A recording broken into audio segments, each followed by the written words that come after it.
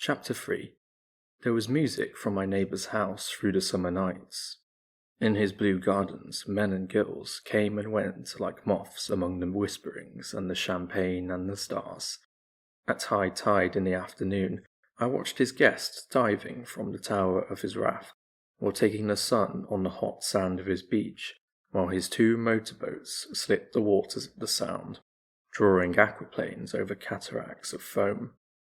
On weekends, his Rolls-Royce became an omnibus, bearing parties to and from the city between 9 in the morning and long past midnight, while his station wagon scampered like a brisk yellow bug to meet all trains.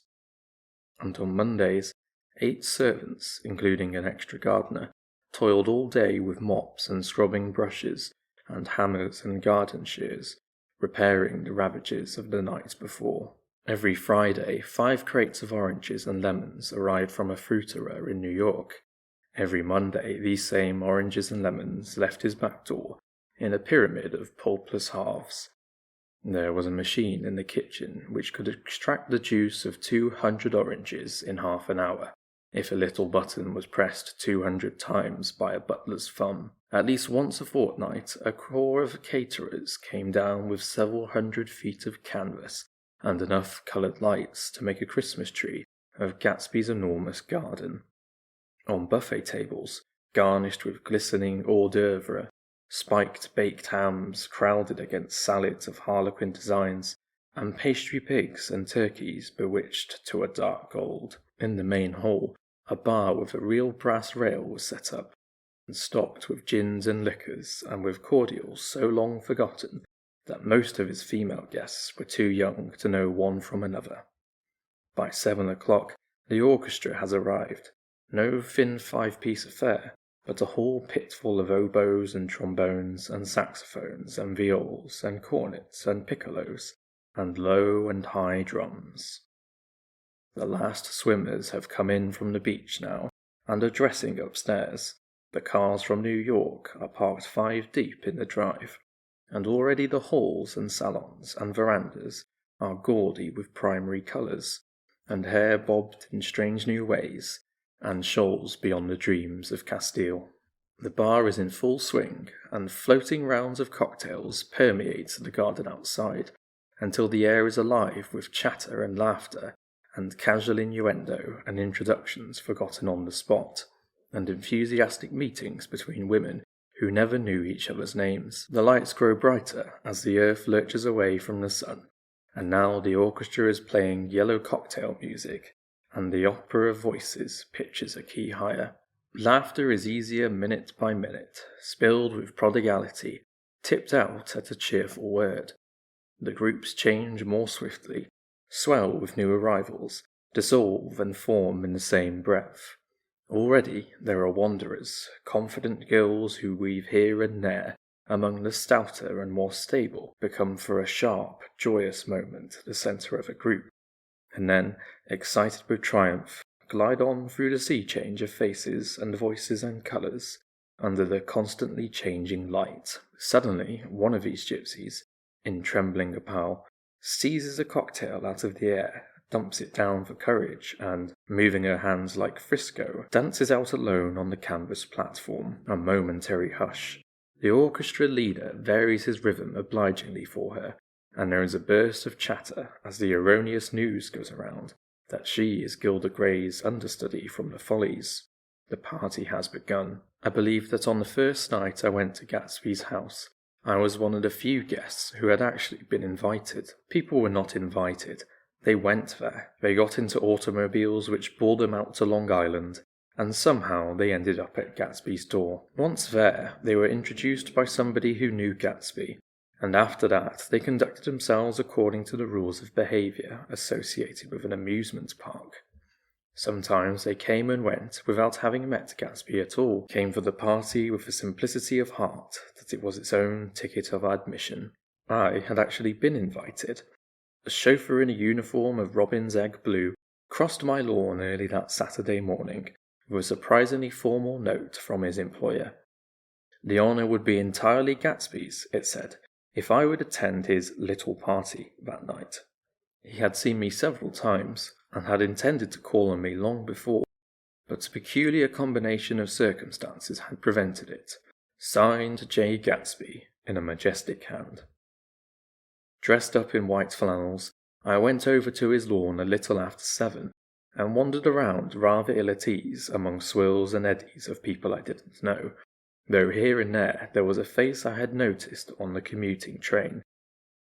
I was immediately struck by the number of young Englishmen dotted about, all well dressed, all looking a little hungry, and all talking in low, earnest voices to solid and prosperous Americans. I was sure that they were selling something, bonds or insurance or automobiles. They were at least agonizingly aware of the easy money in the vicinity, and convinced that it was theirs for a few words in the right key. As soon as I arrived, I made an attempt to find my host, but the 2 or 3 people of whom I asked his whereabouts stared at me in such an amazed way, and denied so vehemently any knowledge of his movements, that I slunk off in the direction of the cocktail table, the only place in the garden where a single man could linger without looking purposeless and alone. I was on my way to get roaring drunk from sheer embarrassment when Jordan Baker came out of the house and stood at the head of the marble steps, leaning a little backward and looking with contemptuous interest down into the garden. Welcome or not, I found it necessary to attach myself to someone before I should begin to address cordial remarks to the passer-by. "Hello," I roared, advancing toward her. My voice seemed unnaturally loud across the garden. "I thought you might be here," she responded absently as I came up. "I remembered you'd lived next door to—" She held my hand impersonally, as a promise that she'd take care of me in a minute, and gave ear to 2 girls in twin yellow dresses, who stopped at the foot of the steps. "Hello," they cried together. "Sorry you didn't win. That was for the golf tournament. She had lost in the finals the week before." "You don't know who we are," said one of the girls in yellow. "But we met you about a month ago." "You've dyed your hair since then," remarked Jordan, and I started. But the girls had moved casually on, and her remark was addressed to the premature moon, produced like this supper, no doubt, out of a caterer's basket. With Jordan's slender golden arm resting in mine, we descended the steps and sauntered about the garden. A tray of cocktails floated at us through the twilight, and we sat down at a table with the 2 girls in yellow and 3 men, each one introduced to us as Mr. Mumble. "Do you come to these parties often?" inquired Jordan of the girl beside her. "The last one was the one I met you at," answered the girl, in an alert, confident voice. She turned to her companion. "Wasn't it for you, Lucille?" It was for Lucille too. "I like to come," Lucille said. "I never care what I do, so I always have a good time. When I was here last, I tore my gown on a chair, and he asked my name and address. Inside of a week, I got a package from Quarrier's with a new evening gown in it." "Did you keep it?" asked Jordan. "Sure I did. I was going to wear it tonight, but it was too big in the bust and had to be altered. It was gas blue with lavender beads. $265. There's something funny about a fellow that'll do a thing like that," said the other girl eagerly. "He doesn't want any trouble with anybody." "Who doesn't?" I inquired. "Gatsby. Somebody told me." The 2 girls and Jordan leaned together confidentially. "Somebody told me they thought he killed a man once." A thrill passed over all of us. The 3 Mr. Mumbles bent forward and listened eagerly. "I don't think it's so much that," argued Lucille skeptically. "It's more that he was a German spy during the war." One of the men nodded in confirmation. "I heard that from a man who knew all about him. Grew up with him in Germany," he assured us positively. "Oh no," said the first girl. "It couldn't be that, because he was in the American army during the war."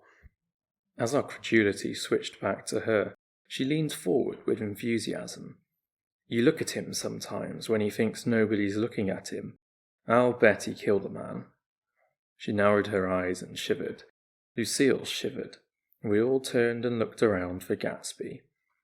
It was testimony to the romantic speculation he inspired that there were whispers about him, from those who had found little that it was necessary to whisper about in this world. The first supper, there would be another one after midnight, was now being served, and Jordan invited me to join her own party, who was spread around a table on the other side of the garden. There were 3 married couples and Jordan's escort, a persistent undergraduate given to violent innuendo, and obviously under the impression that sooner or later Jordan was going to yield him up her person to a greater or lesser degree. Instead of rambling, this party had preserved a dignified homogeneity and assumed to itself the function of representing the staid nobility of the countryside. East Egg condescending to West Egg, and carefully on guard against its spectroscopic gaiety. "Let's get out," whispered Jordan, after a somehow wasteful and inappropriate half-hour. "This is much too polite for me." We got up, and she explained that we were going to find the host. I had never met him, she said, and it was making me uneasy. The undergraduate nodded in a cynical, melancholy way. The bar, where we glanced first, was crowded, but Gatsby was not there. She couldn't find him from the top of the steps, and he wasn't on the veranda. On a chance we tried an important-looking door, and walked into a high Gothic library, panelled with carved English oak, and probably transported complete from some ruin overseas. A stout, middle-aged man, with enormous owl-eyed spectacles, was sitting somewhat drunk on the edge of a great table, staring with unsteady concentration at the shelves of books. As we entered, he wheeled excitedly around and examined Jordan from head to foot. "What do you think?" he demanded impetuously. "About what?" He waved his hand towards the bookshelves. "About that. As a matter of fact, you needn't bother to ascertain. I ascertained. They're real." "The books?" he nodded. "Absolutely real. Have pages and everything. I thought they'd be a nice durable cardboard. Matter of fact, they're absolutely real. Pages and... Here, let me show you." Taking our skepticism for granted, he rushed to the bookcases and returned with Volume 1 of the Stoddard Lectures. "See," he cried triumphantly, "it's a bona fide piece of printed matter. It fooled me. This fellow's a regular Belasco. It's a triumph. What thoroughness, what realism. Knew when to stop, too. Didn't cut the pages.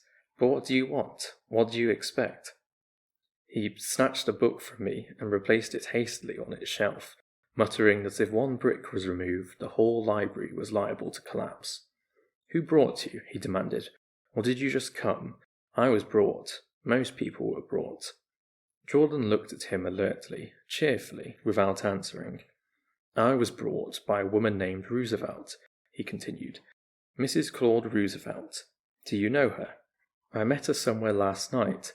I've been drunk for about a week now, and I thought it might sober me up to sit in a library." "Has it?" "A little bit, I think. I can't tell yet.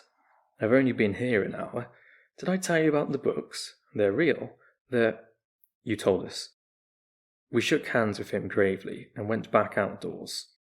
There was dancing now on the canvas in the garden, old men pushing young girls backward in eternal graceless circles, superior couples holding each other tortuously, fashionably, and keeping in the corners, and a great number of single girls dancing individually, or relieving the orchestra for a moment of the burden of the banjo or the traps. By the midnight, the hilarity had increased. A celebrated tenor had sung in Italian, and a notorious contralto had sung in jazz, and between the numbers people were doing stunts all over the garden, while happy, vacuous bursts of laughter rose toward the summer sky. A pair of stage twins, who turned out to be the girls in yellow, did a baby act in costume, and champagne was served in glasses bigger than finger bowls. The moon had risen higher, and floating in the sound was a triangle of silver scales, trembling a little to the stiff, tinny drip of the banjos on the lawn. I was still with Jordan Baker. We were sitting at a table with a man of about my age and a rowdy little girl, who gave way upon the slightest provocation to uncontrollable laughter. I was enjoying myself now. I had taken 2 finger bowls of champagne, and the scene had changed before my eyes into something significant, elemental, and profound. At a lull in the entertainment, the man looked at me and smiled. "Your face is familiar," he said politely. "Weren't you in the 1st Division during the war?" "Why, yes, I was in the 28th Infantry." "I was in the 16th until June 1918. I knew I'd seen you somewhere before." We talked for a moment about some wet, grey little villages in France. Evidently he lived in this vicinity, for he told me that he had just bought a hydroplane and was going to try it out in the morning. Want to go with me, old sport? Just near the shore along the Sound. What time? Any time that suits you best. It was on the tip of my tongue to ask his name, when Jordan looked around and smiled. Having a gay time now? She inquired. Much better. I turned again to my new acquaintance. This is an unusual party for me. I haven't even seen the host. I live over there. I waved my hand at the invisible hedge in the distance. And this man, Gatsby, sent over his chauffeur with an invitation. For a moment he looked at me as if he failed to understand. I'm Gatsby, he said suddenly. What? I exclaimed. Oh, I beg your pardon.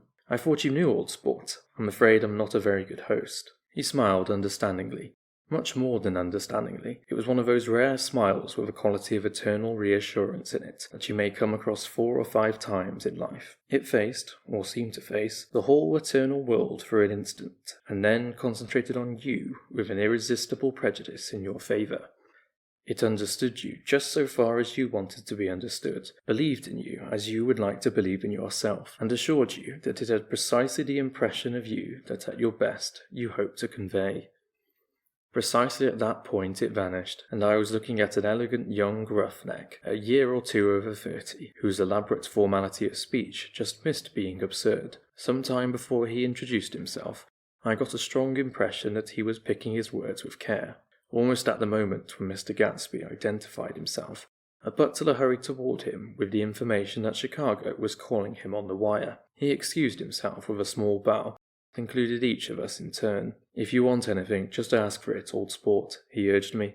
Excuse me, I will rejoin you later. When he was gone, I turned immediately to Jordan, constrained to assure her of my surprise. I had expected that Mr. Gatsby would be a florid and corpulent person in his middle years. Who is he? I demanded. Do you know? He's just a man named Gatsby. Where is he from, I mean, and what does he do? Now you're started on the subject, she answered with a wan smile. Well, he told me once he was an Oxford man. A dim background started to take shape behind him, but at her next remark it faded away. However, I don't believe it. Why not? I don't know, she insisted. I just don't think he went there. Something in her tone reminded me of the other girls' "I think he killed a man," and had the effect of stimulating my curiosity. I would have accepted without question the information that Gatsby sprang from the swamps of Louisiana, or from the lower east side of New York. That was comprehensible, but young men didn't. At least in my provincial inexperience I believe they didn't. Drift coolly out of nowhere and buy a place on Long Island Sound. Anyhow, he gives large parties, said Jordan, changing the subject with an urban distaste for the concrete. And I like large parties. They're so intimate. At small parties there isn't any privacy.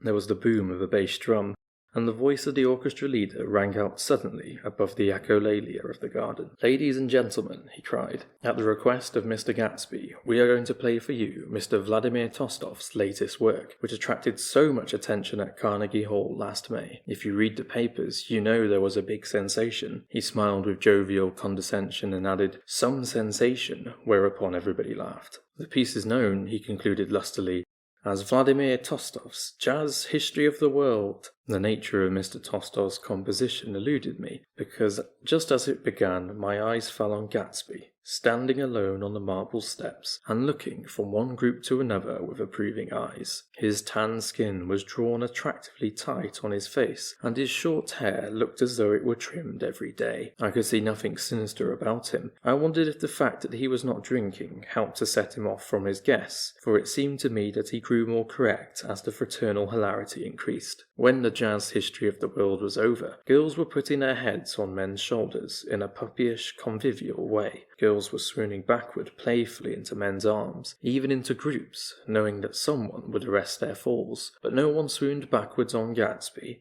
and no French bob touched Gatsby's shoulder, and no singing quartets were formed with Gatsby's head for one link. I beg your pardon. Gatsby's butler was suddenly standing beside us. Miss Baker? He inquired. I beg your pardon, but Mr. Gatsby would like to speak to you alone. With me? She exclaimed in surprise. Yes, madame. She got up slowly, raising her eyebrows at me in astonishment, and followed the butler toward the house. I noticed that she wore her evening dress, all her dresses, like sports clothes. There was a jauntiness about her movements, as if she had first learned to walk upon golf courses on clean, crisp mornings.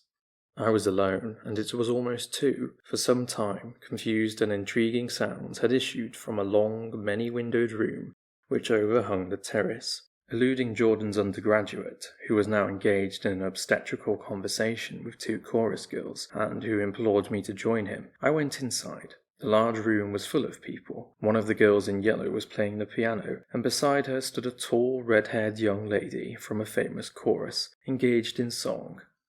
She had drunk a quantity of champagne, and during the course of her song she had decided, ineptly, that everything was very, very sad. She was not only singing, she was weeping too. Whenever there was a pause in the song, she filled it with gasping, broken sobs, and then took up the lyric again in a quavering soprano. The tears coursed down her cheeks, not freely, however, for when they came into contact with her heavily beaded eyelashes, they assumed an inky colour, and pursued the rest of their way in a slow, black rivulets. A humorous suggestion was made that she sing the notes on her face, whereupon she threw up her hands, sank into a chair, and went off into a deep, vinous sleep. She had a fight with a man who says he's her husband, explained a girl at my elbow. I looked around. Most of the remaining women were now having fights with men said to be their husbands. Even Jordan's party, the quartet from East Egg, were rent asunder by dissension. One of the men was talking with curious intensity to a young actress, and his wife, after attempting to laugh at the situation in a dignified and indifferent way, broke down entirely and resorted to flank attacks.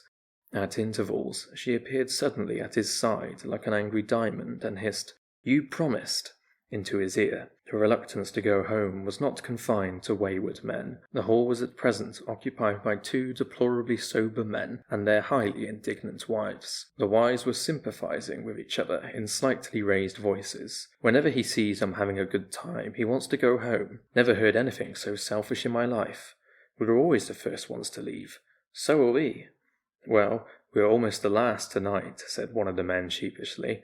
"The orchestra left half an hour ago." In spite of the wives' agreement that such malevolence was beyond credibility, the dispute ended in a short struggle, and both wives were lifted, kicking, into the night. As I waited for my hat in the hall, the door of the library opened, and Jordan Baker and Gatsby came out together. He was saying some last word to her, but the eagerness in his manner tightened abruptly into formality as several people approached him to say goodbye. Jordan's party were calling impatiently to her from the porch, but she lingered for a moment to shake hands. "I just heard the most amazing thing," she whispered.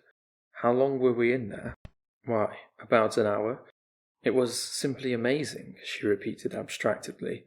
"But I swore I wouldn't tell it, and here I am tantalizing you." She yawned gracefully in my face. "Please come and see me. Phone book, under the name of Mrs. Sigourney Howard, my aunt." She was hurrying off as she talked. Her brown hand waved a jaunty salute as she melted into her party at the door. Rather ashamed that on my first appearance I had stayed so late, I joined the last of Gatsby's guests, who were clustered around him. I wanted to explain that I had hunted for him early in the evening, and to apologize for not having known him in the garden.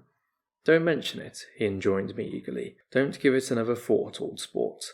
The familiar expression held no more familiarity than the hand which reassuringly brushed my shoulder. "And don't forget, we're going up in the hydroplane tomorrow morning, at 9 o'clock. Then the butler behind his shoulder. "Philadelphia wants you on the phone, sir." "All right, in a minute. Tell them I'll be right there. Good night." "Good night." "Good night," he smiled. And suddenly there seemed to be a pleasant significance in having been among the last to go, as if he had desired it all the time. "Good night, old sport. Good night." But as I walked down the steps, I saw that the evening was not quite over. 50 feet from the door, a dozen headlights illuminated a bizarre and tumultuous scene. In the ditch beside the road, right side up, but violently shorn of one wheel, rested a new coupe which had left Gatsby's drive not 2 minutes before. The sharp jut of a wall accounted for the detachment of the wheel, which was now getting considerable attention from half a dozen curious chauffeurs. However, as they had left their cars blocking the road, a harsh discordant din from those in the rear had been audible for some time, and added to the already violent confusion of the scene. A man in a long duster had dismounted from the wreck and now stood in the middle of the road, looking from the car to the tyre, and from the tyre to the observers in a pleasant, puzzled way. "See," he explained, "it went in the ditch." The fact was infinitely astonishing to him, and I recognized first the unusual quality of wonder, and then the man. It was the late patron of Gatsby's library. "How did it happen?" He shrugged his shoulders. "I know nothing whatever about mechanics," he said decisively. "But how did it happen? Did you run into the wall?" "Don't ask me," said Owl Eyes, washing his hands of the whole matter. "I know very little about driving, next to nothing. It happened, and that's all I know." "Well, if you're a poor driver, you ought to try driving at night." "But I wasn't even trying," he explained indignantly. "I wasn't even trying." An awed hush fell upon the bystanders. "Do you want to commit suicide? You're lucky it was just a wheel. A bad driver and not even trying." "You don't understand," explained the criminal. "I wasn't driving. There's another man in the car." The shock that followed this declaration found voice in a sustained "ah" as the door of the coupe swung slowly open. The crowd, it was now a crowd, stepped back involuntarily, and when the door had opened wide, there was a ghostly pause. Then, very gradually, part by part, a pale, dangling individual stepped out of the wreck, pawing tentatively at the ground with a large, uncertain, dancing shoe. Blinded by the glare of the headlights and confused by the incessant groaning of the horns, the apparition stood swaying for a moment before he perceived the man in the duster. "What's matter?" he inquired calmly. "Did we run out of gas? Look!" Half a dozen fingers pointed at the amputated wheel. He stared at it for a moment, and then looked upward as though he suspected that it had dropped from the sky. "It came off," someone explained. He nodded. "At first I didn't notice we'd stopped." A pause. Then, taking a long breath and straightening his shoulders, he remarked in a determined voice, "Wonder will tell me where there's a gas station."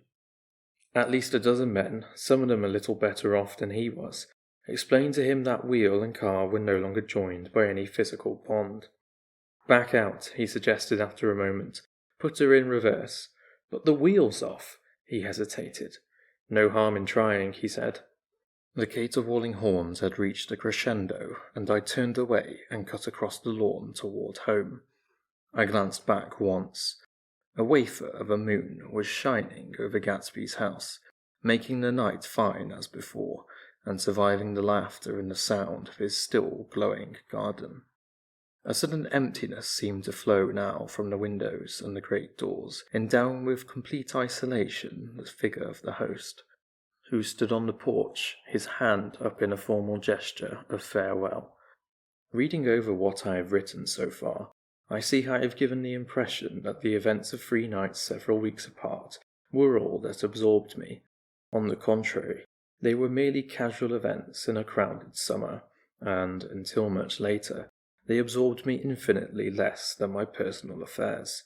Most of the time I worked. In the early morning the sun threw my shadow westward, as I hurried down the white chasms of lower New York to the Probity Trust. I knew the other clerks and the young bond salesmen by their first names, and lunched with them in dark, crowded restaurants on little pig sausages and mashed potatoes and coffee. I even had a short affair with a girl who lived in Jersey City and worked in the accounting department, but her brother began throwing mean looks in my direction, so when she went on vacation in July, I let it blow quietly away. I took dinner usually at the Yale Club. For some reason it was the gloomiest event of my day, and then I went upstairs to the library and studied investments and securities for a conscientious hour. There were generally a few rioters around, but they never came into the library, so it was a good place to work. After that, if the night was mellow, I strolled down Madison Avenue past the old Murray Hill Hotel and over 33rd Street to the Pennsylvania Station. I began to like New York, the racy, adventurous feel of it at night, and the satisfaction that the constant flicker of men and women and machines gives to the restless eye. I liked to walk up Fifth Avenue and pick out romantic women from the crowd and imagine that in a few minutes I was going to enter into their lives and no one would ever know or disapprove. Sometimes, in my mind, I followed them to their apartments on the corners of hidden streets, and they turned and smiled back at me before they faded through a door into warm darkness. At the enchanted metropolitan twilight, I felt a haunting loneliness sometimes, and felt it in others, poor young clerks who loitered in front of windows, waiting until it was time for a solitary restaurant dinner, young clerks in the dusk, wasting the most poignant moments of night and life. Again, at 8 o'clock, when the dark lanes of the 40s were lined 5 deep with throbbing taxicabs bound for the theatre district, I felt a sinking in my heart. Forms leaned together in the taxis as they waited, and voices sang, and there was laughter from unheard jokes, and lighted cigarettes made unintelligible circles inside. Imagining that I too was hurrying towards gaiety and sharing their intimate excitement, I wished them well. For a while I lost sight of Jordan Baker, and then in midsummer I found her again. At first I was flattered to go places with her, because she was a golf champion, and everyone knew her name. Then it was something more. I wasn't actually in love, but I felt a sort of tender curiosity. The bored, haughty face that she turned to the world concealed something. Most affectations conceal something eventually, even though they don't in the beginning, and one day I found what it was. When we were on a house party together up in Warwick, she left a borrowed car out in the rain with the top down, and then lied about it, and suddenly I remembered the story about her that had eluded me that night at Daisy's. At her first big golf tournament, there was a row that nearly reached the newspapers, a suggestion that she had moved her ball from a bad lie in the semi-final round. The thing approached the proportions of a scandal, then died away. A caddie retracted his statement, and the only other witness admitted that he might have been mistaken. The incident and the name had remained together in my mind. Jordan Baker instinctively avoided clever, shrewd men, and now I saw that this was because she felt safer on a plane where any divergence from a code would be thought impossible. She was incurably dishonest. She wasn't able to endure being at a disadvantage, and, given this unwillingness, I suppose she had begun dealing in subterfuges when she was very young in order to keep that cool, insolent smile turned to the world, and yet satisfy the demands of her hard, jaunty body. It made no difference to me. Dishonesty in a woman is a thing you never blame deeply. I was casually sorry, and then I forgot. It was on that same house party that we had a curious conversation about driving a car. It started because she passed so close to some workmen that our fender flicked a button on one man's coat. "You're a rotten driver," I protested. "Either you ought to be more careful, or you oughtn't to drive at all." "I am careful." "No, you're not." "Well, other people are," she said lightly. "What's that got to do with it?" "They'll keep out of my way," she insisted. "It takes two to make an accident. Suppose you met somebody just as careless as yourself." "I hope I never will," she answered. "I hate careless people. That's why I like you." Her grey, sun-strained eyes stared straight ahead, but she had deliberately shifted our relations, and for a moment I thought I loved her. But I am slow-thinking, and full of interior rules that act as brakes on my desires, and I knew that first I had to get myself definitely out of that tangle back home. I had been writing letters once a week and signing them, "Love, Nick," and all I could think of was how, when that certain girl played tennis, a faint moustache of perspiration appeared on her upper lip. Nevertheless, there was a vague understanding that had to be tactfully broken off before I was free. Everyone suspects himself of at least one of the cardinal virtues, and this is mine. I am one of the few honest people that I have ever known.